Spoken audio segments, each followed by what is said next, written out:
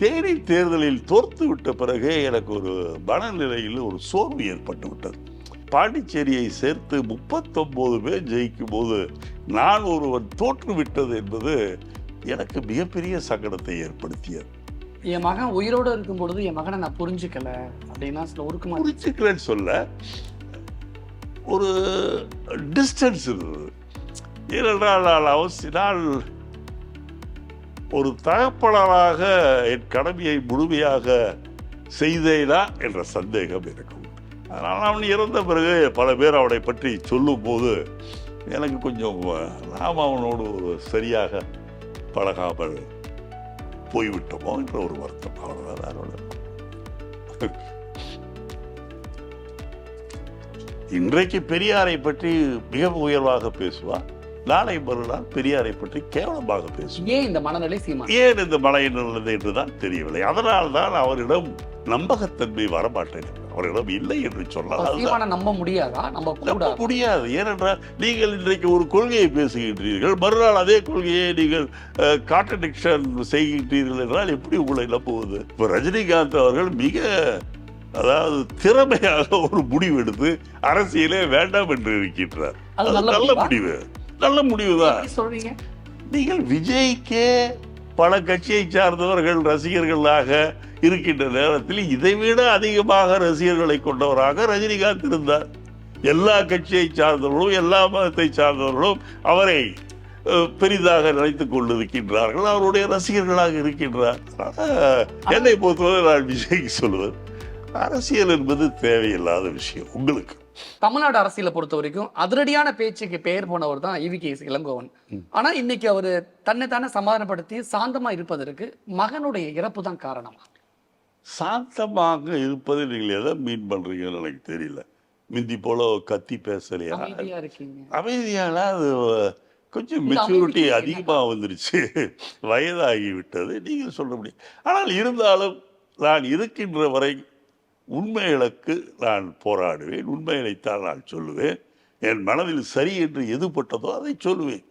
வயது இளைஞராக இருக்கும் போது வேகமாக சொல்கின்றேன், இப்போது கொஞ்சம் அமைதியாக சொல்கின்றேன். ஒழிய கருத்துக்கள் எல்லாம் ஒன்றுதான். இடையில ஒரு வார்த்தை சொல்லிருந்தீங்க, என் மகனுக்கு பதிலாக நான் போய் சேர்ந்திருக்கலாம் அப்படின்னு ஒரு வார்த்தை சொல்லியிருக்கேன்.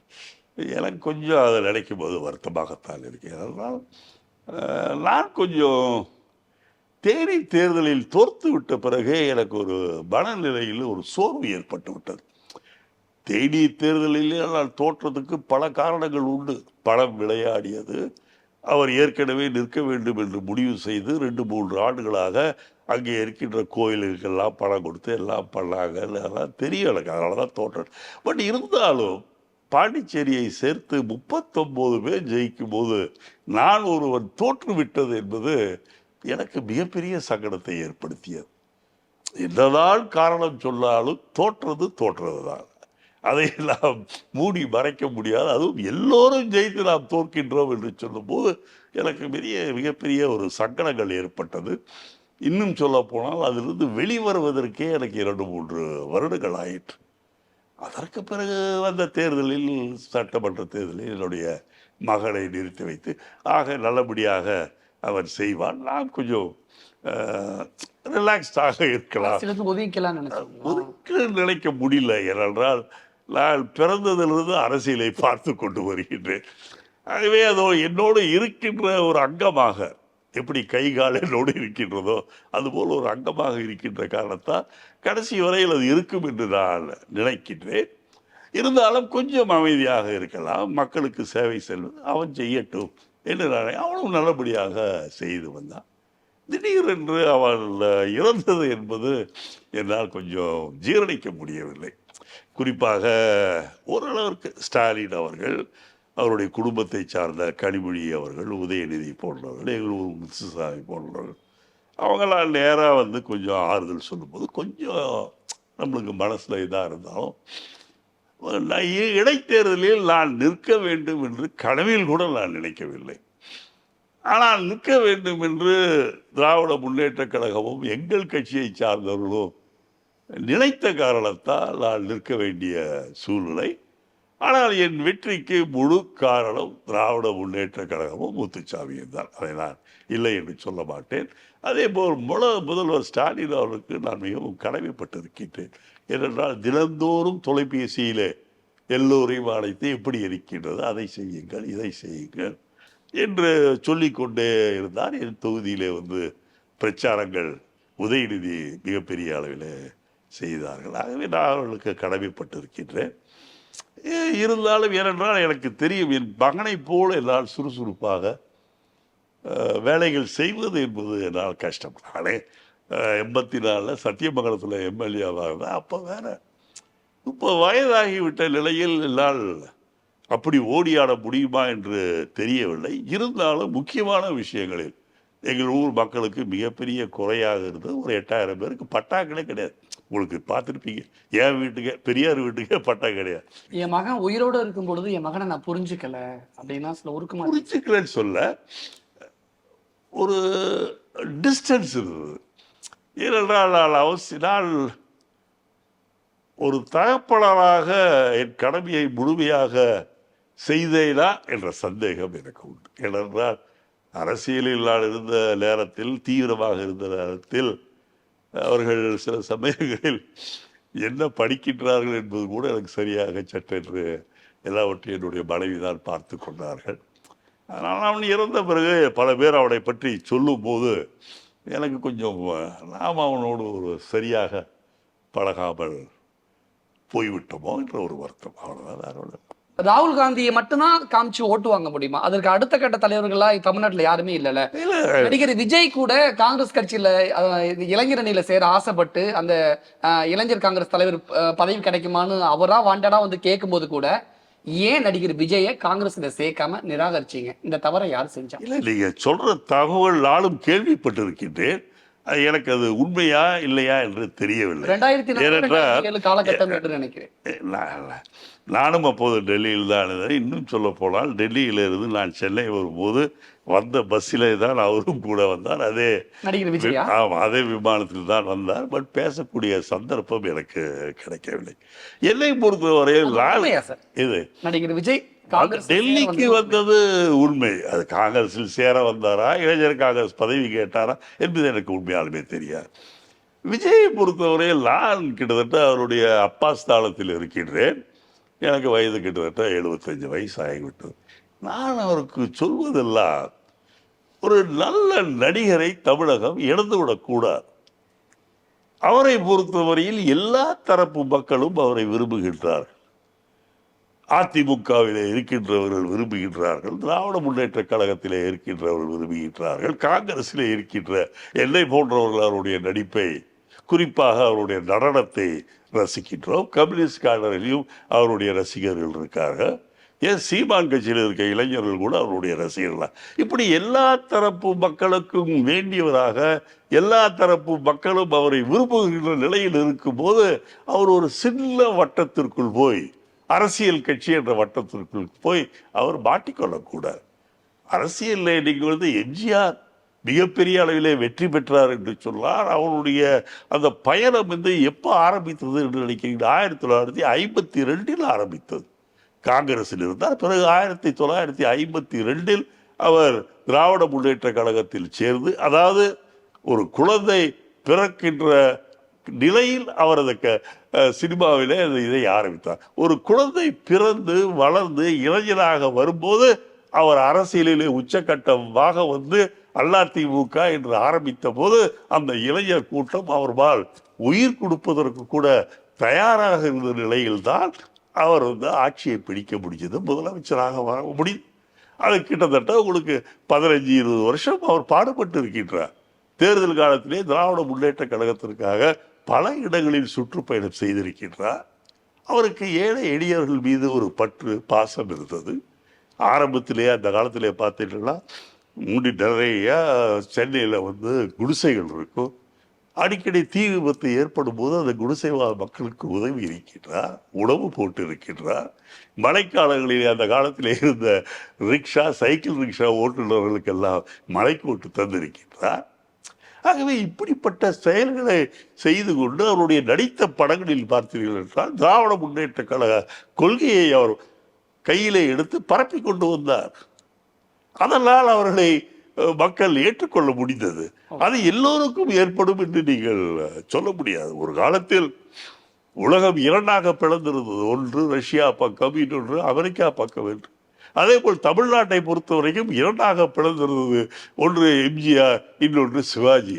அவ்வளவு வேகமாகத்தான் சிவாஜி அவர்கள் அவ்வளவு அரசியலிலே அவரோட ஒரு ஆக்கப்பூர்வமாக அவர் அப்பொழுது செய்யல.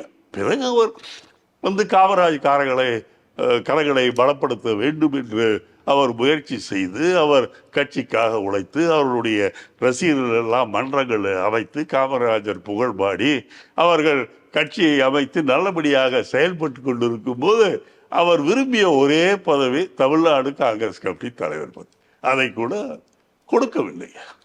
இப்போ ரஜினிகாந்த் அவர்கள் அதாவது திறமையாக ஒரு முடிவு எடுத்து அரசியலே வேண்டாம் என்று இருக்கின்றார். நல்ல முடிவு தான். நீங்கள் விஜய்க்கே பல கட்சியை சார்ந்தவர்கள் ரசிகர்களாக இருக்கின்ற நேரத்தில் இதைவிட அதிகமாக ரசிகர்களை கொண்டவராக ரஜினிகாந்த் இருந்தார். எல்லா கட்சியை சார்ந்தவர்களும் எல்லா மதத்தை சார்ந்தவர்களும் அவரை பெரிதாக நினைத்துக் கொண்டிருக்கின்றார்கள். அவருடைய ரசிகர்களாக இருக்கின்றார். இன்னைக்கு அவருடைய பீக் பீரியட்ல சொல்றேன் நான் இருந்தார்கள். அவர் ஒருவேளை கட்சியை ஆரம்பித்திருந்தால் அவருடைய பாப்புலாரிட்டி என்பது ஒரு குறுகிய வட்டத்திற்குள் தான் வந்திருக்கும். ஆகவே அவர் அதை உணர்ந்துதான் ஏதாவது இந்த படம் ரிலீஸ் ஆகும்போது இன்னைக்கு ஆரம்பிக்கிறேன் நாளைக்கு ஆரம்பிக்கிறேன்னு அவர் சொன்ன காரணங்கள் அது வேற. படம் ரிலீஸ் ஆகணும், படம் நல்லா போகணும்னு. ஆனால் it took a final decision by இது பண்ணது ஐ will not enter into politics. That's a good decision. படத்துக்காகவா ஒருத்தங்க அரசியலுக்கு வரேன்னு சொல்லுவாங்க. படம் ரிலீஸ் ஆகணுங்கிறதுக்காகவா ஒருத்தங்க அரசியலுக்கு படம் நடிக்கிறது இருக்குங்க. படம் நல்லா ஓடணுன்றதுக்காக தான் நடிக்கிறாங்க. ஆகவே படம் நல்லா ஓடணுன்றதுக்காக பல விஷயங்கள் செய்கின்றோம். போஸ்டர் ஓட்டுறோம், ட்ரெய்லர் காய்க்கிறோம், ஃப்ளெக்ஸ் போர்டு வைக்கிறோம். அதில் நடித்த நடிகைகளுடைய அதே ஆடைகளோடு நடிகைகள் பேட்டி கொடுக்குறாங்க. இதெல்லாம் படத்தினுடைய ப்ரொமோஷனுக்காக செய்கிறது. அதில் இதுவும் ஒரு வகை. அப்படித்தான் நான் கருதுகின்றேன். அவர் மீது எனக்கு ரொம்ப அன்பு பாசம்லாம் உண்டு, தவறு என்று சொல்லவில்லை. ஏனென்னா எல்லா நடிகர்களும் படத்தில் நடிப்பதோடு தங்கள் படம் ஓட வேண்டும் என்றும் அதற்காக இப்போ ரஜினியை பார்த்தீங்களா, ரஜினி கமலஹாசன்லாம் ஹிந்தியில் பெரிய நடிகர்களாக வந்திருக்க வேண்டியவர்கள். அவர்கள் நடித்த ஹிந்தி படங்கள் எல்லாம் மிக பிரமாதமாக ஓடியது. ஆனால் இந்தியிலே இருக்கின்ற அந்த பட உலகத்தை சார்ந்தவர்கள் அத்தனை பேரும் ஒன்றாக சேர்ந்து ரஜினியையும் கமலையும் புறக்கணித்த காரணத்தால் தான் அவர்கள் அங்கே வர முடியவில்லை. ஆகவே அவர்கள் ரசிகர்கள் நடிகர்கள் என்று சொல்லும் போது அவர்கள் எல்லோருக்கும் வேண்டியவர்களாக இருக்க வேண்டும். இல்லை என்றால் படங்களில் நீங்கள் அதை சொல்லியாக வேண்டும். அந்த காலத்தில் என்எஸ்கே KR ராமசாமி என்று எடுத்துக்கொண்டீர்கள் என்றால் படத்திலே அவர்கள் அந்த திராவிட கருத்துக்களை சொல்லி கொண்டு வருவார்கள். எம்ஜிஆரும் அப்படித்தான் செய்தார். ரஜினிகாந்த் அதை செய்யவில்லையா? என்ன செஞ்சார் சொல்லுங்க? அரசியல் எங்கே செஞ்சார்?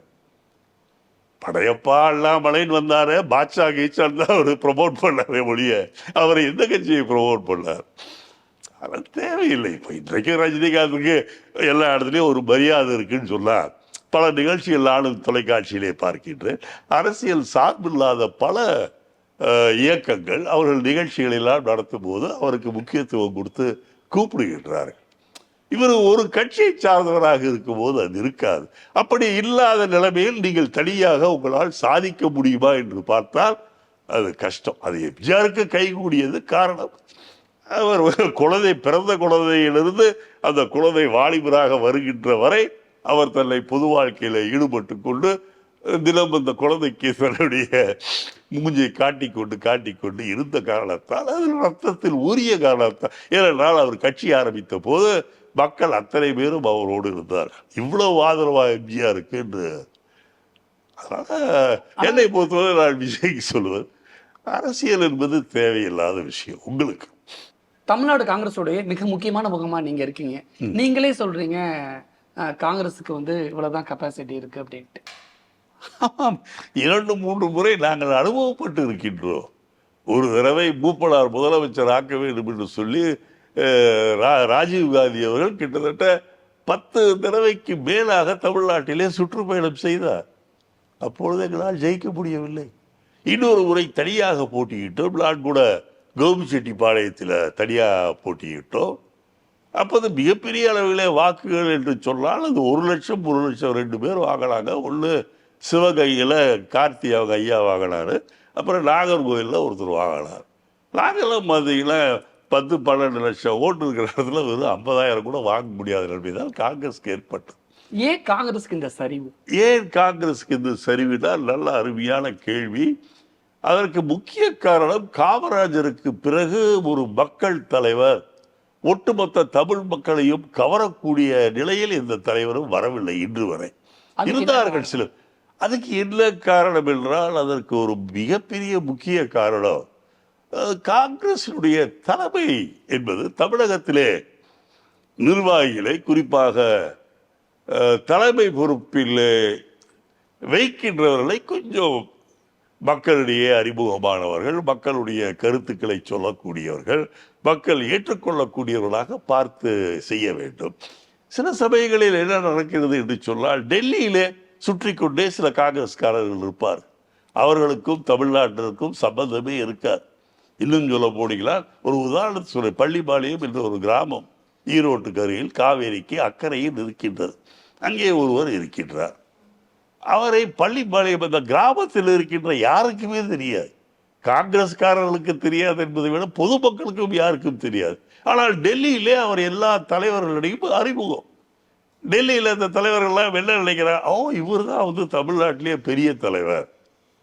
ஏனென்றால் டெய்லி நம்மளை பார்க்குறாரு, ஷால் போடுறாரு அப்படின்னு நினச்சிட்டு தமிழகத்தில் அவங்க சொந்த ஊர்லேயே அறிமுகம் இல்லாதவர்களை சில சமயம் பொறுப்புகளில் போட்டு விடுகின்ற காரணத்தால் அது காங்கிரஸ் தமிழ்நாட்டில் திமுகவோட கூட்டணியில் இருக்கிறதுனால தான் நிறைய தலைவர்கள் கொஞ்சம் சமரசத்தோட கொஞ்சம் இறங்கி போறாங்களோ.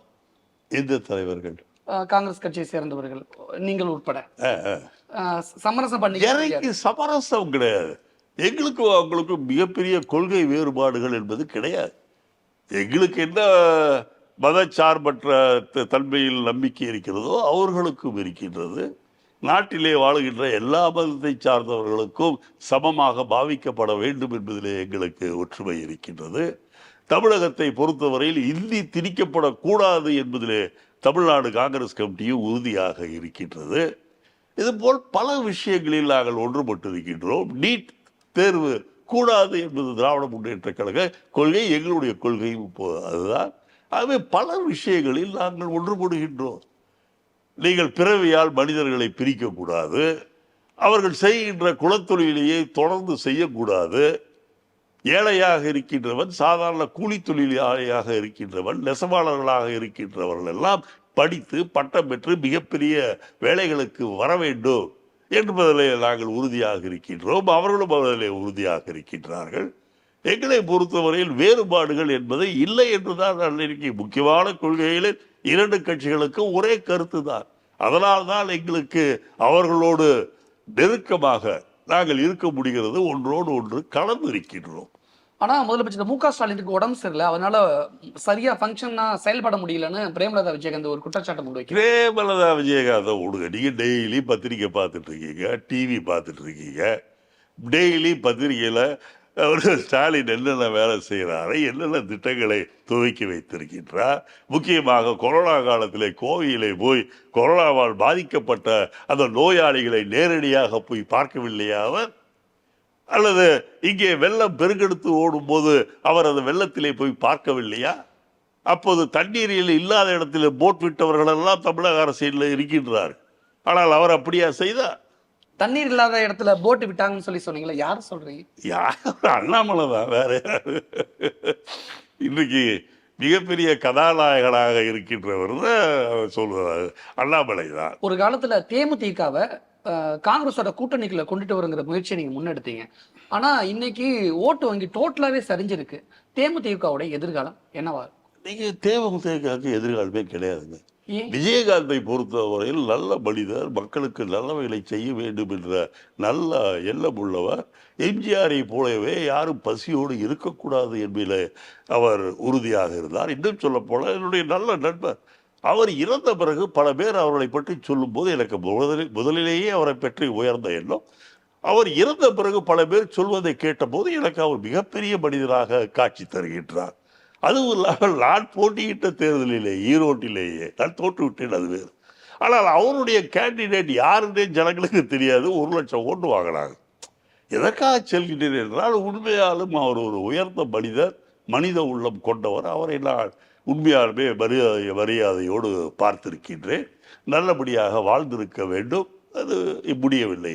ஆனால் இந்த பிரேமலதா அவர்களை பொறுத்தவரையில் நீங்கள் சொல்வது போல பம்பாய்க்கு நானும் மோகன்குமார் மகளும், அதாவது நம்ம பழைய முதலமைச்சர் சுப்ராயன், அப்புறம் மத்திய அமைச்சர் அப்புறம் நம்ம ரங்கராஜ் அவருடைய வழிவந்த மோகன்குமார் மகளும் பாம்பேக்கு போய் ஒரு ஃப்ளாட்டில் அந்த ஃப்ளாட் யாருக்கு சொந்தம்னா, இந்த நாயகன் படத்தில் ஹீரோவை வருவார் வரதராஜ முதலியாரா, அவருக்கு இதில் சொந்தக்காரங்க வீட்டில் அவர் இருந்தார்.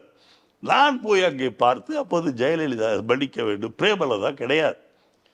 ஆகவே நான் அவரிடம் பேசி அவரும் திராவிட முன்னேற்ற கழக அலைன்ஸில் வருவதற்கு ஒத்துக்கொண்டார். நான் அதை சொல்ல வேண்டும் என்று சரி என்று எனக்கு மிகவும் சந்தோஷமாக போய்விட்டது. கலைஞரிடம் சொல்ல வேண்டும் என்பதற்காக நான் அங்கிருந்து கிளம்பும் நேரத்தில் இந்த அம்மையார் வந்தார்கள். யார்? பிரேமலதா. எல்லாம் பேசி முடிச்சிட்டிங்களான்னு கேட்டு உள்ளே போயிட்டாங்க. எனக்கு இந்த அம்மா இப்படி தான் கேட்குதுன்னு. அப்புறம் பார்த்தா அங்கே ஒத்துக்கிட்டவர் சென்னை வந்ததில் அலைன்ஸ் இல்லைன்ட்டார். அதற்கு காரணம் பிரேமலதா தான். பிரேமலதாவை பொறுத்தவரையில் ஒரு பதவி ஆசை பிடித்த பெண். கணவர் மீது மதிப்பு வைத்திருந்தார் அல்லது உண்மையான அன்பு வைத்திருந்தார் என்பதில் எனக்கு துளியளவும் சந்தேகம் கிடையாது. ஆனால் விஜயகாந்த் இருக்கும் போதே தான் பதவிக்கு வர வேண்டும், தான் நின்று ஜெயித்து அமைச்சராகவோ இல்லை முடிந்தால் பிரதம மந்திரியாகவோ வர வேண்டும் என்று எண்ண முடியவர்தான் அவர். அவரால் தான் தேமுதிக இருக்கின்ற செல்வாக்கு முழுவதுமாக அழிந்தது. இன்றைக்கு அவருடைய தலைமையில் இருக்கின்ற அந்த கட்சி தேய்ந்து தான் வருகின்றது. முன்னால் இருந்த பல பிரபலமான முகங்கள் நீங்கள் அங்கே பார்க்க முடியாது. பேர்களை கூட என்னை சொல்ல முடியும், பட் அதை நான் தேவையில்லை என்று நினைக்கின்றேன். ஏன் உங்களிடமிருந்து பாண்டியராஜன் அப்போதே வரையினார். சேலத்தை சார்ந்த மிகப்பெரிய தலைவராக இருந்தவர் எம்எல்ஏவை ஏன் போனார்? ஜெயலலிதா மன்னிக்க வேண்டியது. லதான் பேர் உள்ளவங்களே கொஞ்சம் தான் என்ற தன்மை உள்ளவர்கள் நினைக்கிறேன். அதனால தான் இதாச்சு. பிரேமலதாவை பொறுத்தவரையில் பேசாமல் கட்சியை முடிவிட்டு எல்லோருக்கும் நல்லவராக இருந்து கொண்டு போவதால் அவருக்கு சரியாக இருக்கவே ஒழிய அரசியலில் அவர் எதையும் சாதிக்க முடியாது. பிஜேபியோட கூட்டணியில் இருக்கிறவங்க நீங்க எங்களுக்கு ஓட்டு போடல, அதனால உங்களுக்கு பட்ஜெட் வரல, நீங்க எங்களுக்கு 25 பேரை தேர்ந்தெடுத்திருந்தா ஜெயிக்க வச்சிருந்தா உங்களுக்கு எல்லாம் கிடைச்சிருக்குன்னு நீங்க யாரை சொல்றீங்க? அன்புமணியை சொல்கின்றீர்கள். அன்புமணி எல்லாம் அவர் நான் முதல்வன் என்று ஒரு 5-6 வருஷத்துக்கு முன்னாடி நினச்சிக்கிட்டு மேடதோறும் பேசிட்டு இருந்தார். அதெல்லாம் எடுபடாது. அன்புமணியை பொறுத்த வரைக்கும் நீங்கள் ராமதாஸ் சொல்லி இருக்கின்றார். அதுதான் மக்கள் எல்லாம் மரங்களை நடுங்கள் என்று சொல்லக்கூடிய அளவிற்கு அவர்கள் வந்திருக்கின்றார்கள். அவர்களை நான் பாராட்ட கடமைப்பட்டு இருக்கின்றேன். ஒரு காலத்தில் மரங்களை எல்லாம் வெட்டியது யார் என்றால் அவர்களைத்தான் சொல்லுவார். அந்த நிலைமை மாறி இன்றைக்கு மரங்களை நடுங்கள் என்று சொல்லும்போது கொஞ்சம் ஞான உதயம் வந்திருக்கு என்று நான் நினைக்கிறேன். 25 MP நீங்கள் கொடுக்கல, அதனால தான் ஓட்டு போடல, அது ஒரு விரக்தியில் பேசுகின்ற பேச்சு. அதில் ஒரு விரக்தியில் பேசுகின்ற பேச்சு. அன்புமணிக்கெல்லாம் ஒன்றும் கிடையாது. நீங்கள் பாமக என்பது ஒரு பெரிய ஒரு மக்களிடையே செல்வாக்குள்ள ஒரு கட்சியாக அதை அவர்கள் சொல்ல நினைக்கின்றார்கள். அது அப்படிப்பட்ட கட்சி இல்லை. ஏதோ 1-2 மாவட்டத்தில் அது இருக்கும். அந்த மாயையும் விக்கிரவாண்டி தேர்தலிலே அழிந்து போய்விட்டது. ஏனென்றால் விக்கிரவாண்டி தேர்தலிலே பாமக சார்ந்தவர்கள் தான் அதிகமாக இருக்கின்றோம் என்று சொல்லி வந்த அவர்கள் எவ்வளோ பெரிய தோல்வியை அடைந்திருக்கின்றார்கள் என்பதை நாம் பார்க்க வேண்டும். டெபாசிட் கிடைத்ததே ஒரு பெரிய விஷயமாக இருக்கின்றது. சீமானை பத்தி நிறைய விமர்சனங்களை நீங்க முன் வச்சிருக்கீங்க. இப்ப கரண்ட்ல சீமான் பேசியதா சில ஆடியோக்கெல்லாம் வெளியில பரபரப்பா பேசப்பட்டுக்கிட்டு இருக்கு. அதை பத்தி நான் அவருடைய தனிப்பட்ட வாழ்க்கை அல்லது அவருடைய தனிப்பட்ட பழக்க வழக்கங்கள் அதை பற்றியெல்லாம் நான் பேச விரும்பவில்லை. என்னை பொறுத்தவரையில் தனிப்பட்ட முறையில் எனக்கு அவரை பிடிக்கும். காரணம் தப்போ ரைட்டோ அவர் நினைக்கின்ற விஷயங்களை உரத்த குரலில் அந்த சினிமா டைரக்டருக்கே உடைய அந்த பாடி லாங்குவேஜில் சொல்வது என்பது இளைஞர்களுக்கு கவர்ச்சியாக இருக்கிறது என்பதை ஏற்றுக்கொள்வேன். ஆனால் அவருடைய கன்சிஸ்டன்சி கிடையாது. இன்றைக்கு பெரியாரை பற்றி மிக உயர்வாக பேசுவார், நாளை மறுநாள் பெரியாரை பற்றி கேவலமாக பேசுவார். ஏன் இந்த மனநிலை சீமான்? ஏன் இந்த மழையில் உள்ளது என்றுதான் தெரியவில்லை. அதனால் தான் அவரிடம் நம்பகத்தன்மை வரமாட்டேன். அவரிடம் இல்லை என்று சொன்னால் அதுதான் சீமானை நம்ப முடியாதா? நம்ப நம்ப கூடாதா? முடியாது. ஏனென்றால் நீங்கள் இன்றைக்கு ஒரு கொள்கையை பேசுகின்றீர்கள், மறுநாள் அதே கொள்கையை நீங்கள் கான்ட்ரடிக்ஷன் செய்கின்றீர்கள் என்றால் எப்படி உங்களை நம்புவது? ஆனா சீமான் கிட்டத்தட்ட ஒரு 8% வாக்கு வங்கி வச்சிருக்காரு. அதே பெரிய விஷயங்க. அதுக்கு அதை விட மீற முடியாது. அதே பெரிய விஷயம் தான். அதனால அவருனால அந்த லெவலுக்கு மேலே இப்போ நானே ஒத்துக்கிறேன். ஒவ்வொரு அசம்பிளி கான்ஸ்டியூன்சியும் அதிகபட்சமாக போனீங்கன்னா ஒரு 10,000 ஓட்டு இருக்கிறத நான் ஒத்துக்கிறேன். அது வேறு விஷயம். அதுக்காக அது சரி, அது அலைன்ஸ் கட்சி அதை பற்றி சொல்லக்கூடாது. அது சில நேரங்களில் சில கட்சிகள் அந்த அளவோடு நின்று விடும். அதுக்கு மேலே வளர அதில் யார் 2வது கட்ட தலைவர்கள்? சீமான் ஒரு மனிதன் எவ்வளவு நாளைக்கு தமிழகத்தை 2வது கட்ட தலைவர்கள் மாவட்ட அளவிலே தலைவர்கள் வட்டார கிராம அளவிலே தொண்டர்கள் மக்கள் வந்தால் தானே உங்களுக்கு அது பரவ முடியும், அந்த கட்சி வளர முடியும். ஆனால் அவரிடம் பார்த்தீர்கள் என்றால் குறிப்பிட்ட சொல்லக்கூடிய இளைஞர்கள், கொஞ்சம் இளம்பெண்கள் இருக்கின்றார். அவர்கள் அந்த வயதிலே உணர்ச்சி வசப்படக்கூடிய அந்த வயதிலே இவர் வீரபாண்டிய கட்டபொம்மன் வசனம் பேசியது போல இவர் வசனம் பேசுகின்ற காரணத்தால் கொஞ்சம் been attracted.